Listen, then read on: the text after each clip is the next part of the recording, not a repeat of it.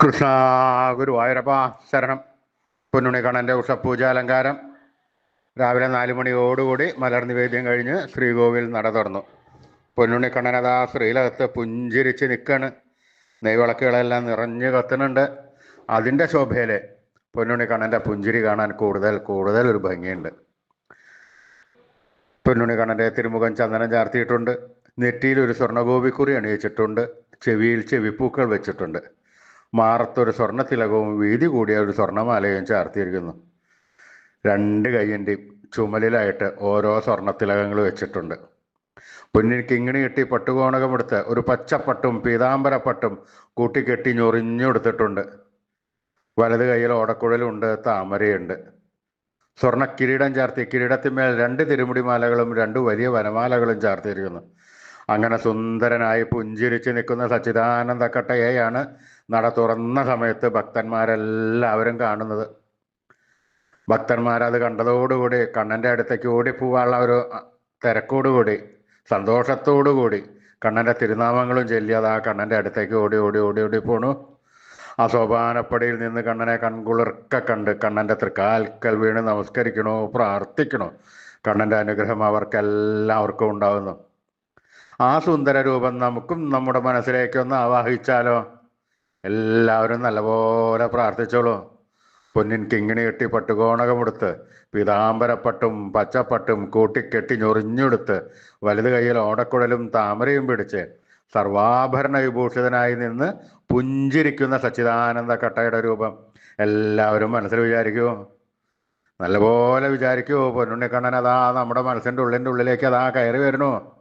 ആ പൊന്നുണ്ണിക്കണ്ണൻ അവിടെ എത്തിക്കഴിഞ്ഞാൽ ആ കണ്ണനെ അവിടെ കൂട്ടിപ്പിടിച്ച് അവിടെ നിർത്തി അവിടെ പ്രതിഷ്ഠിച്ച് ആ കണ്ണനുമായി കുറച്ചു നേരം സംവദിച്ച് ആ കണ്ണനെ ഒന്ന് കൊഞ്ചിച്ചൊന്ന് ലാളിച്ചൊരു മുത്തം കൊടുത്ത് ആ കണ്ണൻ്റെ തൃക്കാൽക്കൽ വീണ് നമസ്കരിക്കാം, പ്രാർത്ഥിക്കാം.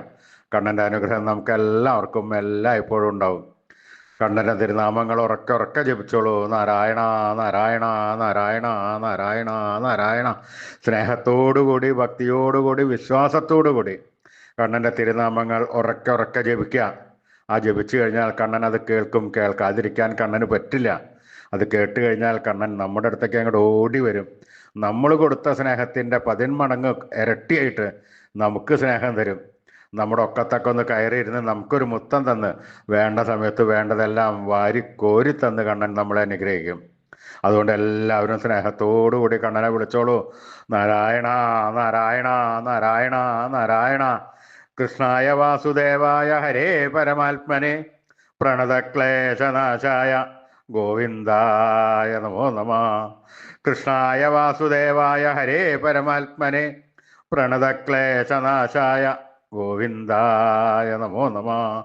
കൃഷ്ണായ വാസുദേവായ ഹരേ പരമാത്മനെ പ്രണതക്ലേശനാശായ ഗോവിന്ദായ നമോ നമ. അച്യുതാനന്ദ ഗോവിന്ദ അച്യുതാനന്ദ ഗോവിന്ദ അച്യുതാനന്ദ ഗോവിന്ദ. ഈ നാമത്രയ മന്ത്രം എല്ലാവരും ദിവസേന ഉപാസിക്കുക. നിത്യവും ഉപാസിച്ചു കഴിഞ്ഞാൽ നമുക്ക് ആയുരാരോഗ്യ സൗഖ്യം, സർവസമ്പൽ സമൃദ്ധി, സർവ ഐശ്വര്യം, സന്തതി പരമ്പരകൾക്കെല്ലാം ശ്രേയസ് ഉണ്ടാവുന്നതാണ്.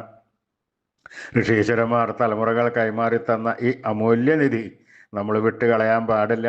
നമ്മൾ ഉപാസിക്കണം. അതുമാത്രം പോരാ, വരും തലമുറകൾക്ക് നമ്മൾ ഉപദേശിച്ചു കൊടുത്ത് അവരെ കൊണ്ട് ഉപാസിപ്പിക്കണം. ഈ കലികാലത്ത് ജപിക്കാൻ പറ്റിയ ഉത്തമമായ മന്ത്രം കൂടിയാണിത്. ഒരു ഉപേക്ഷയും വിചാരിക്കേണ്ട. എല്ലാവരും ഇന്ന് തന്നെ തുടങ്ങിക്കോളൂ. എല്ലാവർക്കും ഭഗവാൻ കാരുണ്യം ചൊരിയട്ടെ. അതുകൊണ്ട് എല്ലാവരും നാമത്രയ മന്ത്രം ചൊല്ലിക്കോളൂ. അച്യുതാനന്ദ ഗോവിന്ദ അച്യുതാനന്ദ ഗോവിന്ദ അച്യുതാനന്ദ ഗോവിന്ദ.